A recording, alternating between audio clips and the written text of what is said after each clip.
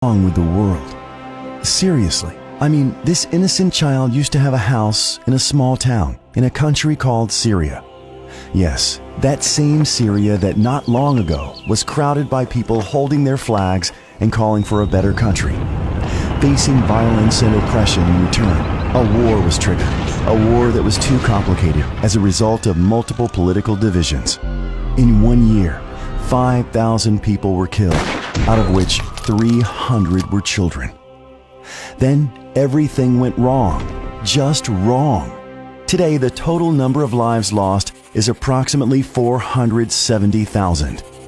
So this child's family, along with many other families, started fleeing from Syria to escape the horrible war in hopes of finding a new beginning where they don't have to wake up to the sound of bombs every day.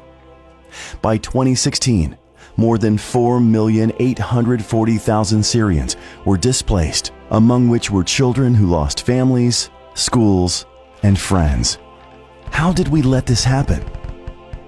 In hopes of survival, Syrians went to Iraq, Lebanon, Jordan, Turkey, and Egypt. They just wanted a better, a future for their children. They didn't care about the risks as long as they kept trying.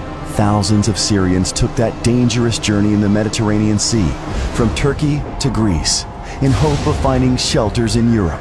Some made it, but many didn't. You see, the fleeing process is not safe either. Thousands lost their lives before they could even find a shelter. Not all those who made it to shelters had their nightmares end either. How did we let this happen again? This child's name is Zayad. Zayad hasn't been to school in 3 years, hasn't played with friends, or even had a good night's sleep. There are thousands of other children that had their lives on pause since the Syrian conflict. Indeed, the situation in Syria has triggered the world's largest humanitarian crisis since World War II. Until today, they are suffering, and the future of those children is vague, and so are the hopes of them rebuilding Syria again one day. And you know what? Sometimes all they need is support. So are we going to let violence take over the world?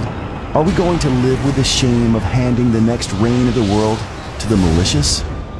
No, I know I won't. Let's have our differences dissolved.